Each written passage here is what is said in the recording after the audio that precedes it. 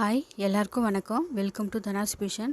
நம்ம இன்றைக்கி soya beans குழம்பு எப்படி செய்கிறதுன்னு பார்க்க போகிறோம். இது வந்து இட்லி, தோசை, சப்பாத்தி, சாதத்தை கூட சாப்பிட ரொம்ப நல்லாயிருக்கும். இப்போ தான் நம்ம சேனலுக்கு வரீங்கன்னா சப்ஸ்கிரைப் பண்ணிட்டு பாருங்கள். அப்போ தான் நான் போடுற வீடியோ உங்களுக்கு உடனுக்குடனே வரும். இந்த மாதிரி டம்ளரில் ஒரு 250 கிராம் எடுத்துருக்கேன் சோயா பீன்ஸு. அடுப்பில் தண்ணி ஒரு பாத்திரத்தில் வச்சுக்கோங்க.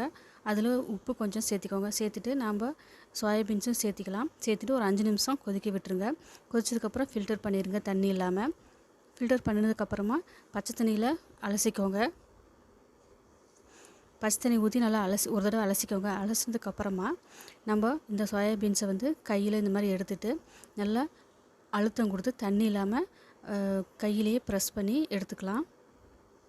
இதே மாதிரி எல்லா சோயா பீன்ஸையும் கையிலேயே நல்லா அழுத்தம் கொடுத்து தண்ணி எல்லாத்தையும் எடுத்துகிட்டு ஒரு பாத்திரத்தில் எல்லாத்தையும் எடுத்து வச்சிடலாம். இப்போ இது ரெடி ஆயிடுச்சு. இப்போ இதை நம்ம ஃப்ரை பண்ண போகிறோம். அடுப்பு ஆன் பண்ணிவிட்டு கடாய் வச்சுக்கோங்க. எண்ணெய் 2 டீஸ்பூன் அளவுக்கு ஊற்றிக்கோங்க. எண்ணெய் சுடுறதுக்கப்புறம் மஞ்சத்தூள் 1/4 டீஸ்பூன் அளவுக்கு, தனி மிளகாய் தூள் 1/2 டேபிள் ஸ்பூன் அளவுக்கு சேர்த்திக்கோங்க. இதை வந்து நல்லா கலந்து கொடுத்துருங்க. கலந்து கொடுத்ததுக்கப்புறமா நம்ம சோயா பீன்ஸை இப்போ இது கூட சேர்த்திடலாம். சோயா பீன்ஸை இப்போ இது கூட சேர்த்துட்டு மசாலையெல்லாம் சேர்ந்து வர மாதிரி ஒரு 3 நிமிஷம் நல்லா வதக்கிக்கலாம். இந்த மாதிரி ஆயிலில் ஃப்ரை செஞ்சு செய்கிறப்போ நம்மளோட குழம்பு வந்து நல்லா டேஸ்ட்டாக இருக்கும். அதனால தான் இந்த மாதிரி ஃப்ரை பண்ணி எடுக்கிறது. இப்போது நல்லா ஃப்ரை பண்ணிக்கோங்க. ஆல்ரெடி நம்ம பாயில் பண்ணுறப்பே உப்பு சேர்த்திருக்கோம். அதனால் இப்போ உப்பு சேர்க்க தேவையில்லை. இப்போ இது நல்லா வறுத்தாச்சு. இப்போ பிளேட்டில் இதை எடுத்து வச்சிடலாம். அது ஆறட்டும். இப்போ குழம்பு செய்ய ஆரம்பிச்சிடலாம். அதே கடாயிலேயே எண்ணெய் ஒரு கரண்டி அளவுக்கு எண்ணெய் ஊற்றிக்கோங்க. எண்ணெய் சுடுறதுக்கப்புறமா நம்ம ஸ்டார் 1, கருப்பு ஏலக்காய் 1, பட்டை ஒரு பீஸ் அளவுக்கு சேர்த்திக்கோங்க.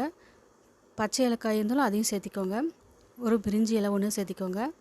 சேர்த்துட்டு இதில் நல்லா வதக்குங்க.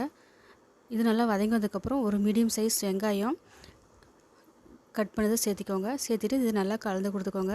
இது வந்து நல்லா வதங்கி வரணும். அதனால் உப்பு கொஞ்சம் சேர்த்திக்கோங்க. சீக்கிரமாக வதங்கி வந்துடும். இது வந்து நல்லா கலர் சேஞ்ச் ஆகி வரணும். அந்தளவுக்கு வெங்காயத்தை நல்லா வதக்கிக்கோங்க.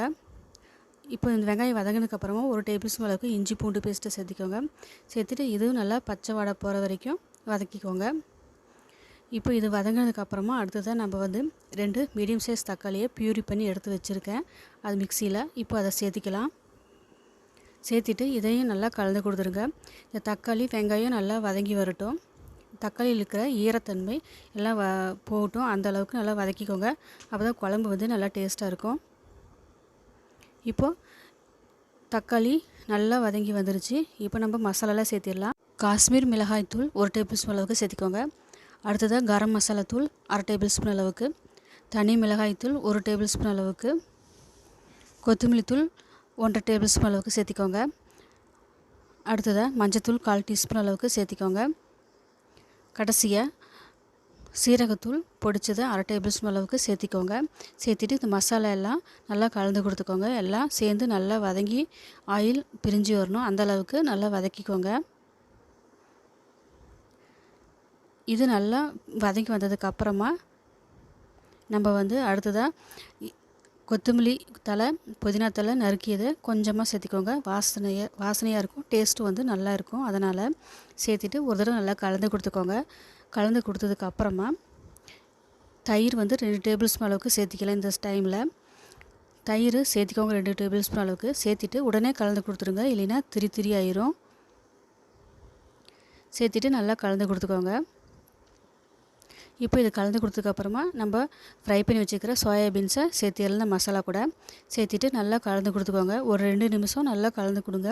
மசாலாவும் சோயா பீன்ஸும் நல்லா சேர்ந்து வரணும். அந்தளவுக்கு நல்லா கலந்து கொடுத்துக்கோங்க.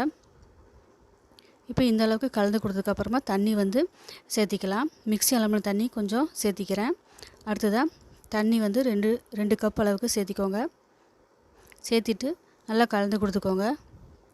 இந்த குழம்புக்கு தேவையான உப்பு சேர்த்திக்கலாம். ஏற்கனவே சோயாபீன்ஸ் வேகிறப்போ கொஞ்சம் சேர்த்திருக்கோம். அப்புறம் வெங்காயம் வதக்கிறப்போ சேர்த்திருக்கோம். அதனால் பார்த்துட்டு சேர்த்திக்கோங்க. இப்போ இது நல்லா கலந்து கொடுத்ததுக்கப்புறம் பார்க்கலாம். கொஞ்சம் கெட்டியாக இருக்கிற மாதிரி இருக்குது. இன்னும் கொஞ்சம் தண்ணி ஊற்றிக்கிறேன், 1/2 கப் அளவுக்கு.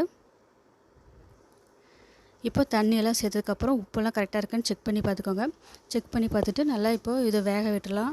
மூடி வச்சுட்டு ஒரு 5 நிமிஷம் ஆனதுக்கப்புறம் ஓப்பன் பண்ணி பார்க்கலாம். பாருங்கள், ஆயிலெல்லாம் விட்டு நல்லா வந்திருக்குது.